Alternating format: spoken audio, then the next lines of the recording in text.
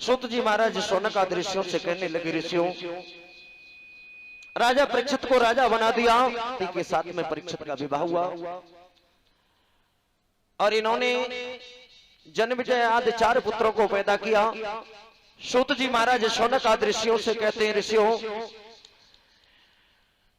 राजा परीक्षित ने सभी दिशाओं के राजा को जीत करके अपने राज्य में स्थापित कर लिया और ऐसे राजा हैं जिनके राज्य में शेर और बकरी एक घाट पर पानी पीते हैं, शेर बकरी एक घाट पर पानी पीते हैं। ऐसे धर्मनिष्ठ उसको पीट रहा है।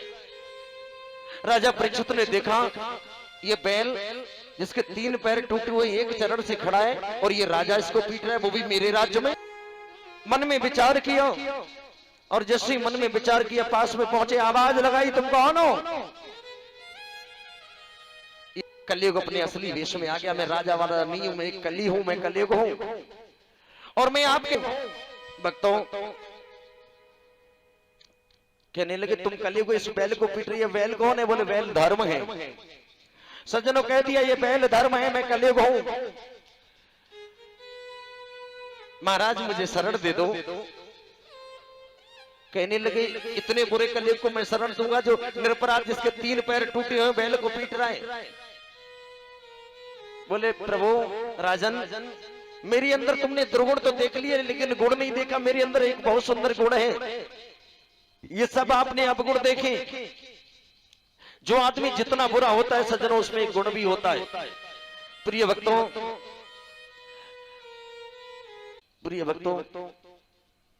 राजा मन में विचार किया ये दुश्मन ये कलयुग मेरी शरण में आया है तो इसको शरण देनी चाहिए कि शरणागति को जो तजै हिता न हित अमान ते नर पावे पाप में तिने विलो कहे हाने। शरण में आई हुई दुश्मन का भी त्याग नहीं करना चाहिए। राजा परीक्षित कहने लगे मैं कुछ स्थान दूंगा जिस जगह तुम रहोगे कलयुग मेरे राज्य में। तीसरा स्थान दिया जहां लोग स्त्री गमन करते होंगे वहां तुम्हारा वास होगा। और चौथा स्थान दिया जहां लोग हिंसा करते होंगे, जीवों को काटते होंगे, वहां तुम्हारा वास होगा। 4 स्थान दे दिए, एक अच्छा भी दे दो। कहने लगे तो जाओ, अन्याय से कमाए हुए स्वर्ण में भी तुम्हारा वास होगा। अन्याय से कमाए हुए स्वर्ण में तुम्हारा वास होगा। इतना बोला ही था। राजा परीक्षित के जो सर पर मुकुट लगा हुआ था ये जरासंध का छिना हुआ मुकुट था। सज्जनों 7वें दिन की कथा में ये कथा आएगी। भगवान श्याम जब अर्जुन के द्वारा जरासंध को मरवाएंगे उस समय ये मुकुट लेकर के आएंगे।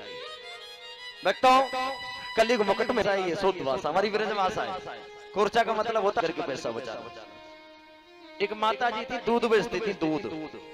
अब पति देव 10 लीटर दूध ले जाते थे शहर में देने के लिए। अब उसने कहा 10 लीटर तो इन्हीं का हो गया। अब वो उसमें 2 लीटर पानी मिला देती थी। बोले 100 रुपया हमारे हो गए। पति जाकर के उसको बेच देता था। अब जिम्मे गिर गई।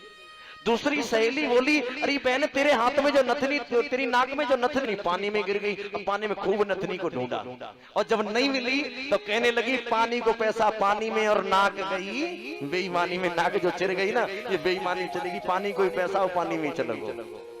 सब कुछ करना पर पति से छुपा करके जब पैसा इकट्ठे करती है उसे कभी सोना मत बनवाना। अगर सोना बनवा लिया अब भैया ये कहोगे सोनार लोगों का बहुत नुकसान हो जाएगा। सबसे ज्यादा बनता है मत बनवा लेना क्योंकि अन्याय कर देगा। जगह में नहीं बताऊंगा तो जगह को लोग सुन भी रहे होंगे।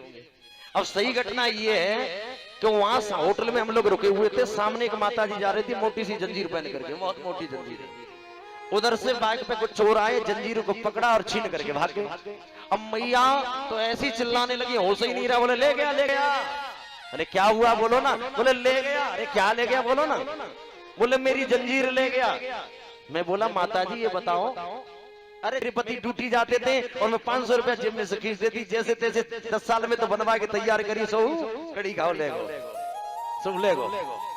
सज्जनों क्यों ले गया? अन्याय से कमाई हुई स्वर्ण में भी कलयुग का वास होता है। सब कुछ करना, दान कर देना। अब आप कहोगे कि अपनी चंदा बहुत ज्यादा है, दान कर देना, सब कुछ दे देना, गरीबों को मदद कर देना, घर में भोजन भी मत करना इससे। चलो भोजन कर भी सकते हो, पर बेईमानी से सोने की सोनार की दुकान पर मत चढ़ जाना, नहीं तो समझ लेना कि ये सोना तुम्हारे पास सदा रहने वाला नहीं है, कोई गारंटी नहीं है जो ये सोना रह पाए तुम्हारे पास। सज्जनों, कहने लगे अन्याय से कमाए हुए सुवर्ण में भी आश्रम है, और समीक ऋषि के आश्रम में पहुंचे। समीक ऋषि समाधि में बैठे हुए राजा परीक्षित ने पानी मांगा। समीक ऋषि समाधि में थे, राजा परीक्षित की बात को नहीं सुना। राजा परीक्षित क्रोध में आ गया, क्योंकि मुकुट में कलयुग बैठा हुआ है। क्रोध में आया, पड़ोस में एक नकली सर्प पड़ा हुआ था, उसको उठाया और समीक ऋषि के गले में डाल दिया, गले में कर दिया।